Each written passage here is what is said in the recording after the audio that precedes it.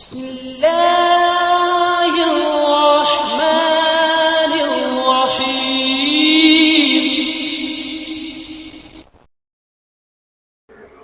السلام علیکم ورحمۃ اللہ وبرکاتہ۔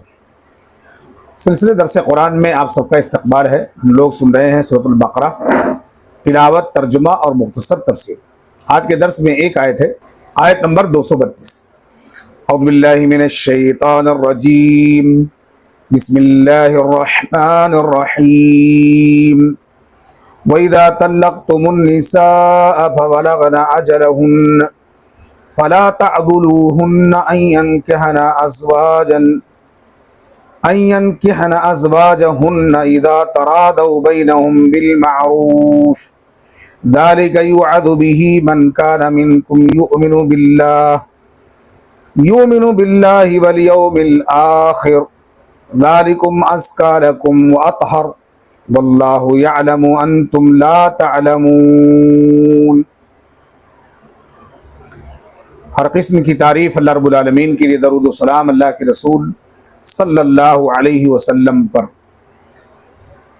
اللہ رب العزت ارشاد فرما رہا ہے، اور جب تم عورتوں کو طلاق دو پس وہ اپنی عدت کو پہنچ جائیں تو انہیں ان سے نہ روکو کہ وہ اپنے خاوند سے نکاح کر لیں۔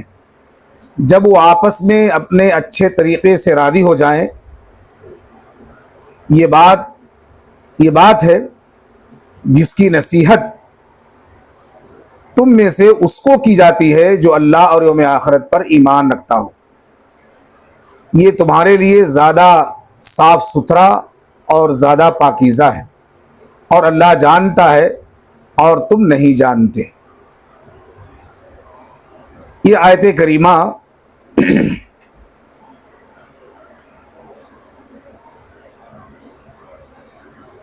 ان لوگوں کے بارے میں ہے جو ولی ہے، کیونکہ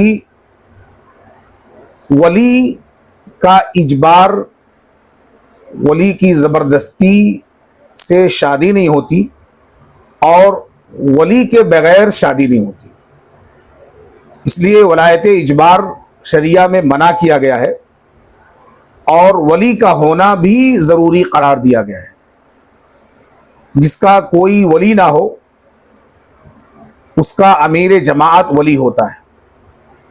یہاں پر تمام اولیاء کو، یعنی تمام ولیوں کو جو نکاح کے ولی ہیں، یعنی بچیوں کے باپ، ان کو نصیحت کی گئی ہے اس آیت کے اندر۔ اور اس آیت کے ضمن میں ایک پس منظر ہے، اور وہ پس منظر یہ ہے کہ ایک صحابی تھے، معقل ابن یسار رضی اللہ عنہ۔ انہوں نے اپنی بہن کی شادی ایک صحابی سے کر دی۔ کچھ دن گزرنے کے بعد ان کی بہن اور بہنوئی میں بات جمی نہیں، تو ان کے بہنوئی نے ان کی بہن کو طلاق دے دی،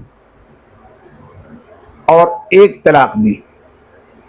جب ان کی عدت قریب ہوئی ایک طہر کی، تو انہوں نے رجعت نہیں کی، بلکہ انہیں ان کے گھر واپس کر دیا، یعنی ان کے میکے بھیجا دیا اپنی بیوی معقل ابن یسار رضی اللہ عنہ کے گھر۔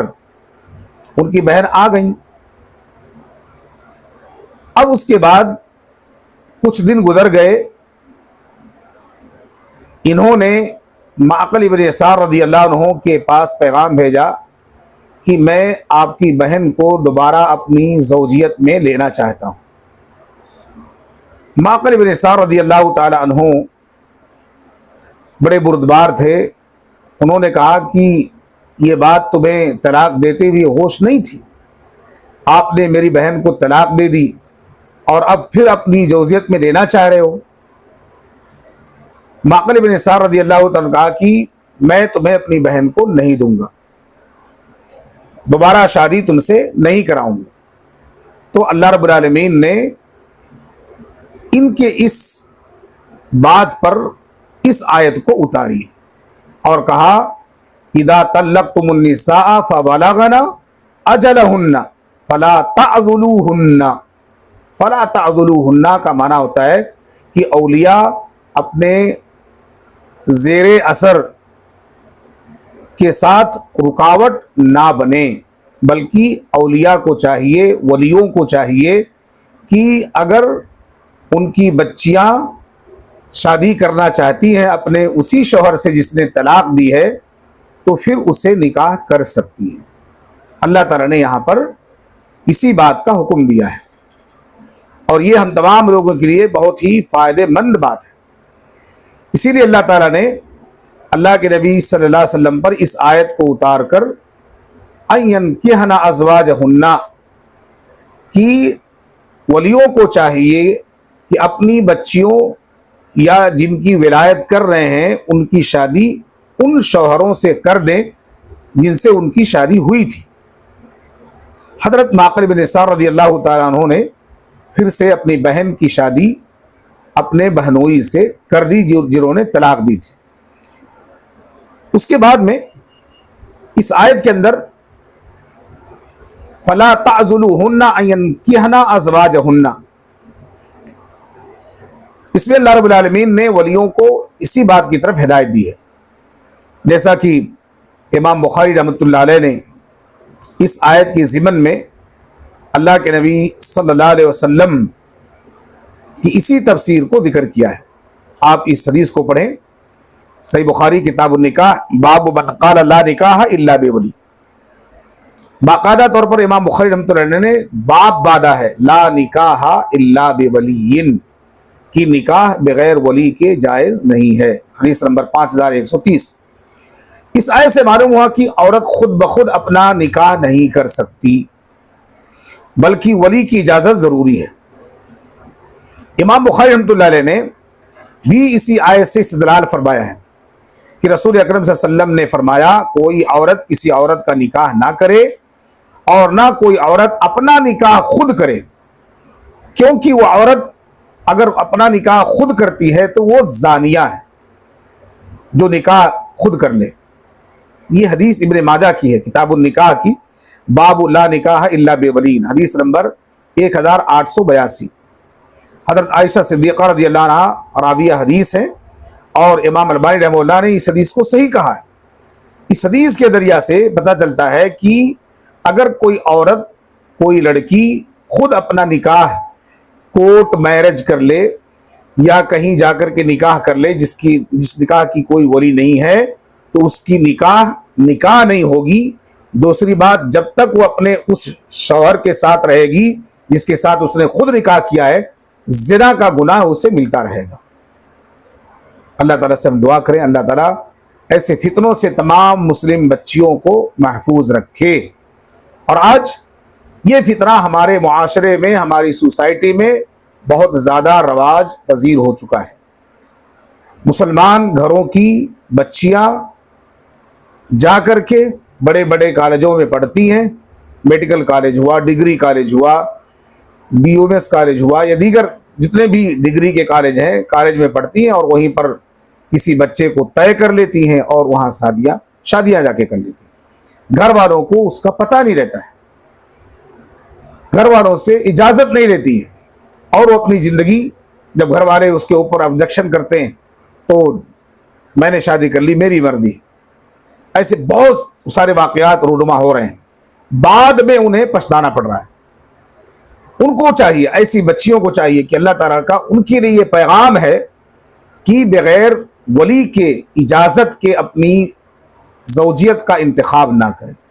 بہت اہم پیغام ہے یہ ہماری زندگی کا ایک بہت اعلیٰ حکم ہے جو اللہ رب العالمین کی طرف سے ہمیں ملا ہوا ہے. اس لیے یہ آیت تمام دنیا کی بچیوں کو پیغام دے رہی ہے کہ ہم کبھی بھی اپنی مرضی شادی کے معاملے میں نہ دکھائیں، بلکہ والدین کی اجازت، رضامندی بہت ضروری ہے. کیونکہ اگر آپ نے خود شادی کر لی تو لا نکاح الا بولی، آپ کا نکاح نہیں ہوگا.